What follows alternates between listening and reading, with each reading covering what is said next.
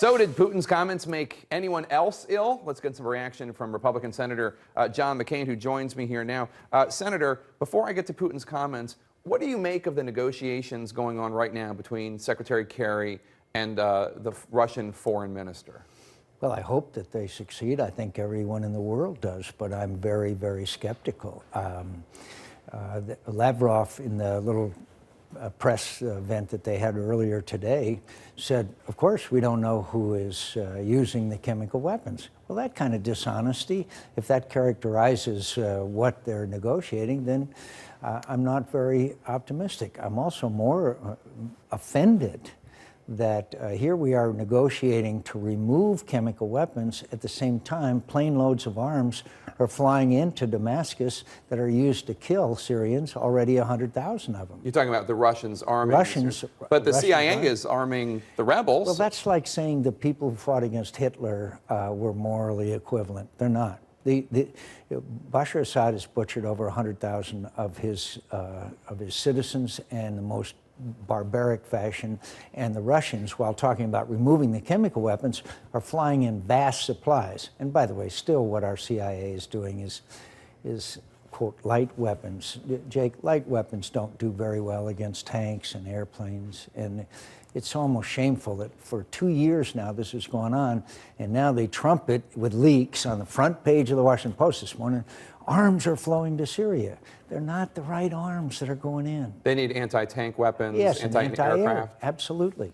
So the line that you're criticizing existing, this line about, okay, well, they're trying to get rid of the chemical weapons purportedly, but the conventional weapons continue to flow from Russia to Syria. That's a line that President Obama... And from Iran. But that's a line that President Obama has set, the red line on chemical weapons. 100,000 people killed in Syria without the U.S. doing anything about it other than economic sanctions and diplomacy. Now, I know that you've been advocating for arming the rebels, but that's not Lavrov's line. That's not the Russians' lines. That's President Obama's.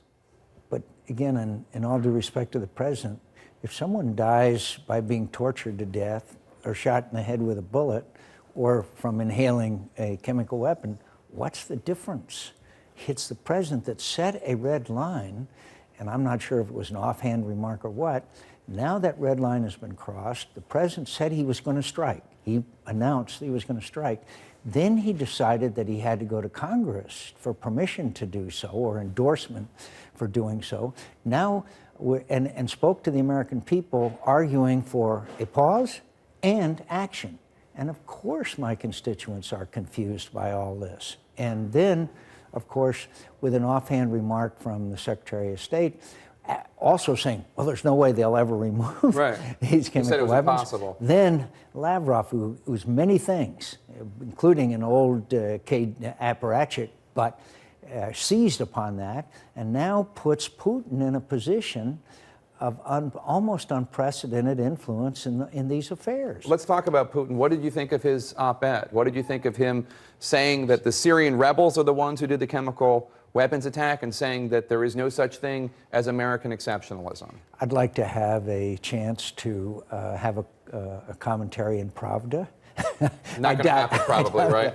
If that would happen. Look, it's as long as we always remember who Putin is.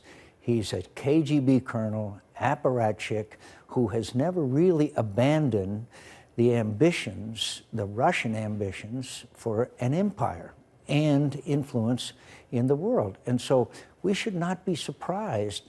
Well, Putin calls our Secretary of State a liar, and our Secretary of State turns around in testimony and says, the Russians are cooperating with us. This is a Orwellian experience we're going through. Assad said...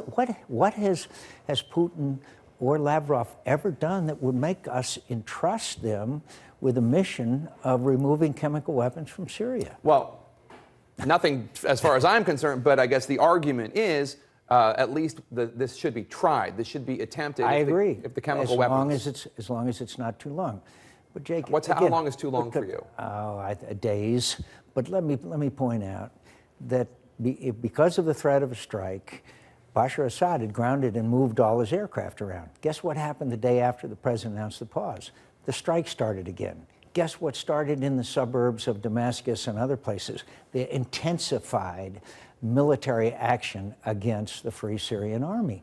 So who wins in all this? Who wins in all this? And I can tell you, it's a blow to the morale of the Free Syrian Army, and our friends in the region are befuddled, and this cannot help but encourage the Iranians when it comes to the nuclear weapons issue. One last question for you, sir. And former Senator, now Secretary John Kerry, he's a good friend of yours, a fellow Vietnam veteran.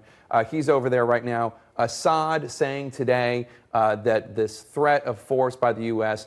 has to be taken off the table. Putin has said similar things. That's obviously what the Russians are going to be pushing John Kerry on. What's your message to him on that issue? My message is don't do it.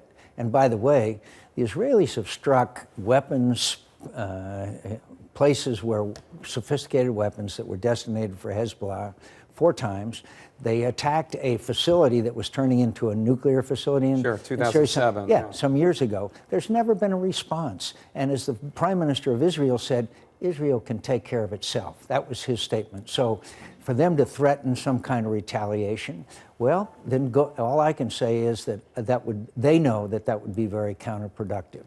So all I can say is that I hope it succeeds. I think it has done incredible damage to American credibility already, and I think the chances of getting a really verifiable regimen is not good. In the meantime, we've sent so many mixed messages. Our enemies are encouraged and our friends are discouraged. Senator